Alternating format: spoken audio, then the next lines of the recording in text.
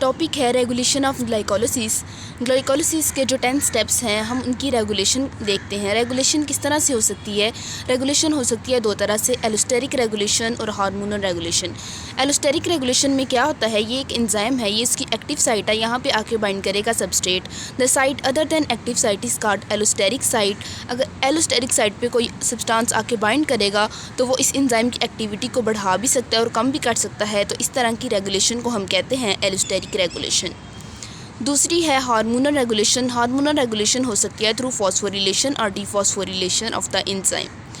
अब ग्लाइकोलिसिस के जो 10 स्टेप्स हैं उसमें मेन स्टेप्स जो स्टेप 1, स्टेप 3 और स्टेप 10 की रेगुलेशन देखते हैं। सबसे पहले देखते हैं स्टेप 1 की रेगुलेशन। स्टेप 1 में क्या होता है कि ग्लूकोज जो है वो कन्वर्ट होता है इनटू ग्लूकोज 6 फॉस्फेट।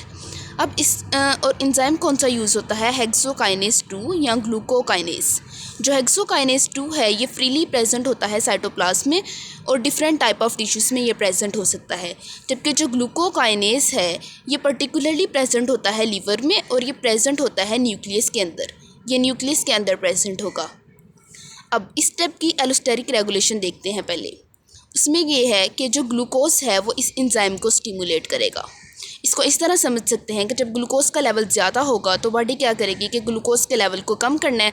तो ग्लूकोज का लेवल हम कैसे कम कर सकते हैं? अगर हम ग्लाइकोलिसिस के प्रोसेस को इंक्रीज़ करा दें, ग्लूकोज की ज़्यादा ब्रेकडाउन होगी और इस तरह ग्लूकोज का लेवल कम हो जाएगा। तो इस तरह जो है ना ग्लूकोज स्टिमुलेट करेगा हेक्सोकाइनेज 2 को, ज़्यादा ग्लूकोज कन्वर्ट होगा इंटू ग्लूकोज 6 फॉस्फेट और इस तरह ग्लाइकोलिसिस का प्रोसेस ज़्यादा होगा और ग्लूकोज का लेवल जो है ना, जो लेवल इंक्रीज़ हुआ था ग्लूकोज का, वो कम हो जाएगा। जो ग्लूकोज 6 फॉस्फेट बनता है वो इस एंजाइम को जो है ना वो इनहिबिट करता है। नेक्स्ट देखते हैं ग्लूकोकाइनेज। ग्लूकोकाइनेज जो है ये प्रेजेंट होता है न्यूक्लियस के अंदर, तब तक नहीं बाहर आएगा जब तक कोई उसे स्टिमुलस नहीं मिलेगा। ये जो ग्लूकोज है ये जाके स्टिमुलेट करेगा ग्लूकोकाइनेज को स्टिमुलेट करेगा। ग्लूकोकाइनेज न्यूक्लियस के बाहर आएगा और वो भी जो है ना इस स्टेप को कैटालाइज करवाएगा। ये बात कर ली हमने एलोस्टेरिक रेगुलेशन की, ग्लूकोज इसको स्टिमुलेट करेगा हेक्सोकाइनेज 2 को और ग्लूकोकाइनेज को, और जो ग्लूकोज 6 फॉस्फेट है वो इस एंजाइम को इनहिबिट करेगा। नेक्स्ट देखते हैं स्टेप 1 की हार्मोनल रेगुलेशन। सबसे पहले देखते हैं हार्मोन है इंसुलिन। इंसुलिन कब सिक्रीट होगा? जब ग्लूकोज का लेवल ज़्यादा होगा। जब ग्लूकोज का लेवल ज़्यादा होगा तो हमारे पास सिक्रीट होगा इंसुलिन। इंसुलिन ने क्या करना है, ग्लूकोज जो increase in level of glucose है उसको कम करना है। कैसे कम करेगा? ग्लाइकोलिसिस के प्रोसेस को ज़्यादा करवाएगा। तो इसके लिए ये हेक्सोकाइनेज 2 और ग्लूकोकाइनेज इन दोनों को स्टिमुलेट करवाएगा। जब ये दोनों एंजाइम स्टिमुलेट हो जाएंगे तो ग्लाइकोलिसिस का प्रोसेस भी जो है ना वो ज़्यादा होगा, ग्लूकोज की ज़्यादा ब्रेकडाउन होगी और ग्लूकोज का लेवल कम हो जाएगा। तो इंसुलिन ने क्या किया, इन दोनों एंजाइम को स्टिमुलेट करवाया। नेक्स्ट देखते हैं ग्लूकागॉन। ग्लूकागॉन तब रिलीज़ होगा जब ग्लूकोज का लेवल जो है वो ब्लड में कम होगा। अब ग्लूकोज, इसे हम याद रख सकते हैं, glucagon when glucose is gonna, जब ग्लूकोज का लेवल कम होगा तो ये रिलीज़ होगा। अब इसका काम क्या है कि इसने ग्लूकोज के लेवल को बढ़ाना है। कैसे बढ़ाएगा कि ग्लाइकोलिसिस के प्रोसेस को रोक के कि भाई ग्लूकोज कम है, ग्लाइकोलिसिस ना करो, ग्लूकोज की ब्रेकडाउन ना करो, ज़्यादा ग्लूकोज जो है ना वो कंजर्व करेगा और इस तरह ब्लड में इसके लेवल को जो है ना वो इंक्रीज़ करवाएगा। तो ग्लूकागॉन क्या करेगा ग्लाइकोलिसिस को प्रोसेस को रोकने के लिए, ये हेक्सोकाइनेज 2 और ग्लूकोकाइनेज इनको इनहिबिट करेगा। जब ये दोनों एंजाइम इनहिबिट हो जाएंगे तो ग्लूकोज 6 फॉस्फेट में कन्वर्ट नहीं होगा, तो इस तरह ग्लाइकोलिसिस का प्रोसेस नहीं होगा और ग्लूकोज जो है ना वो ब्लड में ही रहेगा और इस तरह ब्लड में उसका लेवल जो है ना इंक्रीज़ होकर नॉर्मल तक पहुंच जाएगा। नेक्स्ट देखते हैं, ये होगी स्टेप 1 की रेगुलेशन। नेक्स्ट देखते हैं स्टेप 3 की रेगुलेशन। स्टेप 1 में क्या हुआ था, ग्लूकोज कन्वर्ट हुआ था इंटू ग्लूकोज 6 फॉस्फेट। स्टेप 2 में क्या होगा, जो ग्लूकोज 6 फॉस्फेट है वो कन्वर्ट होगा इंटू फ्रुक्टोज 6 फॉस्फेट।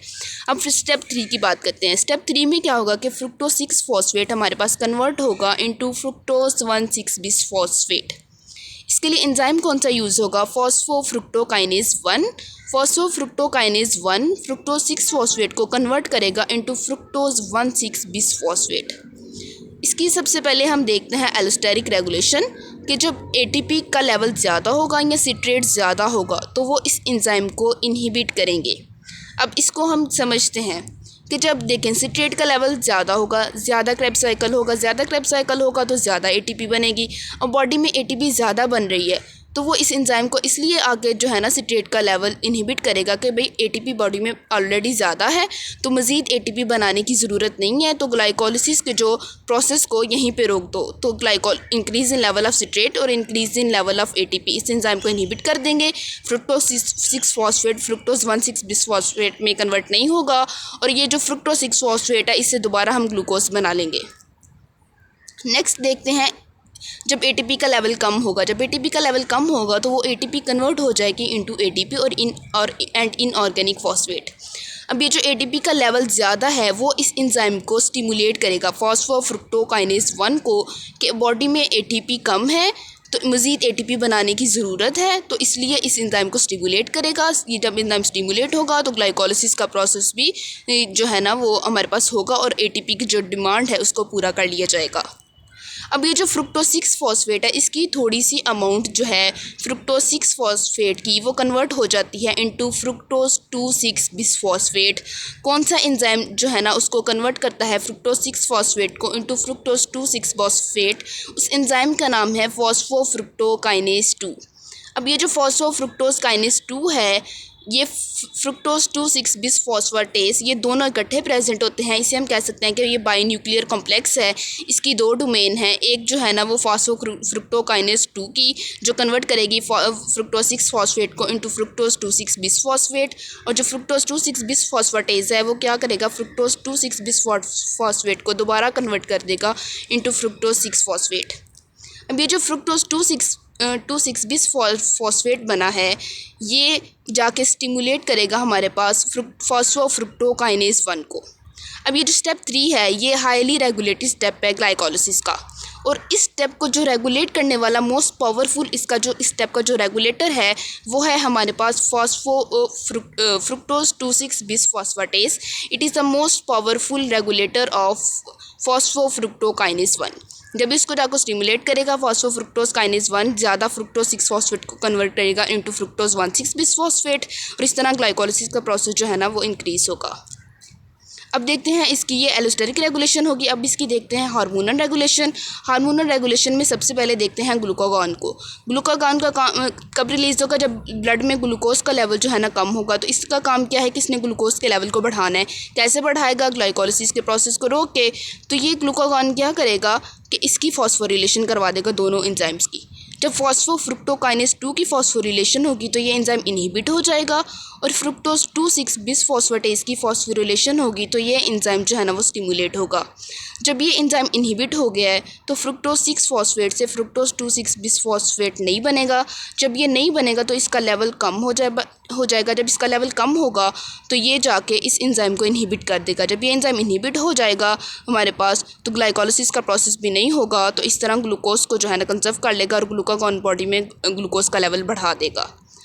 और इसकी फॉस्फोरिलेशन से फ्रुक्टोज 2,6 बिस फॉस्फेटेस ये स्टिमुलेट हुआ था, तो ये फ्रुक्टोज 2,6 बिस फॉस्फेट को दोबारा कन्वर्ट कर देगा इनटू फ्रुक्टोज 6 फॉस्फेट, और उससे जो है ना दोबारा बॉडी जो है ना वो ग्लूकोज बना लेगी। ये होगी हार्मोनल रेगुलेशन जिसमें हमने ग्लूकागॉन को देखा। अब देखते हैं इंसुलिन को। इंसुलिन क्या करेगी? वो जो फॉस्फेट ऐड हुए तो उनको रिमूव करेगी। जब फॉस्फेट रिमूव हो गए तो फॉस्फोफ्रुक्टोकाइनेज 2 जो है ना वो स्टिमुलेट हो जाएगा, और जो फ्रुक्टोज 2,6 बिस फॉस्फेटेस है वो इनहिबिट हो जाएगा। जब फॉस्फोफ्रुक्टोकाइनेज 2 स्टिमुलेट होगा तो ज़्यादा फ्रुक्टोज 6 फॉस्फेट कन्वर्ट होगा इनटू फ्रुक्टोज 2,6 बिस फॉस्फेट। जब फ्रुक्टोज 2,6 बिस फॉस्फेट का लेवल राइज कर जाएगा तो ये जाके स्टिमुलेट करेगा फॉस्फोफ्रुक्टोकाइनेज 1 को। जब फॉस्फोफ्रुक्टोकाइनेज 1 स्टिमुलेट होगा तो ग्लाइकोलिसिस का प्रोसेस भी जो है ना वो हमारे पास इंक्रीज़ होगा। तो इस तरह इंसुलिन क्या करती है? ग्लाइकोलिसिस के प्रोसेस को जो है ना इन्हांस करती है। कैसे इन्हांस किया है? फॉस्फोफ्रुक्टोकाइनेज 2 को इसने क्या करवाया? स्टिमुलेट करवाया। ये होगी स्टेप 3 की रेगुलेशन। नेक्स्ट देखते हैं स्टेप 10 की रेगुलेशन। स्टेप 10 में क्या होता है? फॉस्फोइनोल पायरुवेट कन्वर्ट होता है इनटू पायरुवेट। अब इसके रिएक्शन के लिए कौन सा एंजाइम है? Pyruvate kinase. पायरुवेट काइनेज की हम देखते हैं इस स्टेप की जो है एलोस्टेरिक रेगुलेशन के increase in level of ATP वो इस एंजाइम को इनहिबिट करेगी। क्यों? एटीपी का लेवल ज़्यादा है, मज़ीद एटीपी बनाने की ज़रूरत नहीं है, तो इसको इनहिबिट कर देगी। भाई इस प्रोसेस को यही रोक दो। दूसरा, लॉन्ग चेन फैटी एसिड जो कि प्रोड्यूस होते हैं ड्यूरिंग बीटा ऑक्सीडेशन वो भी इसको इनहिबिट करेंगे। इससे बनेंगे एसिटाइल को ए। जब एसिटाइल को ए का लेवल ज़्यादा होगा वो भी इस एंजाइम को इनहिबिट करेगा। जब एसिटाइल को ए का लेवल हमें पता है जब ज़्यादा होगा तो ज़्यादा क्रेब्स साइकिल होगा। जब क्रेब्स साइकिल ज़्यादा होगा तो हमारे पास जो है वो ज़्यादा एटीपी बनेगी। एटीपी ज़्यादा है तो मज़ीद एटीपी बनाने की ज़रूरत नहीं है, तो वो इस एंजाइम को इनहिबिट कर देगी और ग्लाइकोलाइसिस के प्रोसेस को जो है ना फर्दर रोक देगी। अब ग्लूकागॉन को हमने दोनों स्टेप्स में देख लिया कि ग्लूकागॉन ने क्या करना है, ग्लाइकोलाइसिस के प्रोसेस को जो है वो रोकना है। तो ये क्या करेगा, इस एंजाइम की फॉस्फोरिलेशन करवाएगा, इसको इनहिबिट करेगा। इंसुलिन ने क्या करना है, ग्लाइकोलाइसिस के प्रोसेस को इन्हांस करना है, तो वो इस एंजाइम को स्टिमुलेट करेगी उसके फॉस्फेट ग्रुप को रिमूव करवा के। अब देखते हैं, एक होती है फ्रुक्टोज, जो हमारे पास बना था फ्रुक्टोज 1,6 बिसफॉस्फेट, वो इस एंजाइम को आके स्टिमुलेट करेगा पाइरूवेट काइनेज को। तो ये इसे हम कह सकते हैं कि ये फीड फॉरवर्ड रिएक्शन है कि ये जो प्रोडक्ट हमारे पास पहले बना था वो आके इस एंजाइम्स को जो है ना वो कंट्रोल कर रहा है। ये देख ली हमने स्टेप 1, स्टेप 3 और स्टेप 10 की रेगुलेशन। अब देखते हैं क्लिनिकल कोरिलेशन। क्लिनिकल कोरिलेशन में सबसे पहले हम देखते हैं कि जो ग्लिसरैल्डिहाइड 3-फॉस्फेट है वो कन्वर्ट होता है इनटू 1,3-बिसफॉस्फोग्लिसरेट। ये ग्लाइकोलाइसिस का एक स्टेप है। इसके लिए कौन सा एंजाइम होता है, वो होता है ग्लिसरैल्डिहाइड 3-फॉस्फेट डिहाइड्रोजिनेज, जो क्या करता है, NAD पॉजिटिव को कन्वर्ट करवाता है इनटू NADH और एक इनऑर्गेनिक फॉस्फेट इसके अंदर ऐड करवाता है ग्लिसरैल्डिहाइड 3-फॉस्फेट में और उसको कन्वर्ट कर देता है इनटू 1,3-बिसफॉस्फोग्लिसरेट। अब इस एंजाइम का इनहिबिटर कौन है, ये जो एंजाइम हमारे पास आर्सेनेट जो है वो इस एंजाइम को आके इनहिबिट करेगा। जब इस एंजाइम को आके इनहिबिट करेगा तो इस एंजाइम ने क्या करवा रहा था, फॉस्फेट को ऐड करवा रहा था इसके अंदर।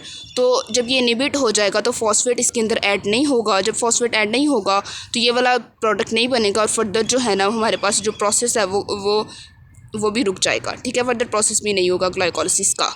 तो इसका इनहिबिटर कौन है, ग्लिसरैल्डिहाइड 3-फॉस्फेट डिहाइड्रोजिनेज का आर्सेनेट, जो कि क्या करता है, inhibit inorganic phosphate to being added. ये जो आर्सेनेट है एक दूसरा एंजाइम जो हमने पहले पढ़ा है पाइरूवेट काइनेज, उसको भी इनहिबिट करता है। तो इस तरह ये ग्लाइकोलाइसिस के प्रोसेस को जो है ना वो रोकता है। तो ये हमने देख ली रेगुलेशन ऑफ ग्लाइकोलाइसिस।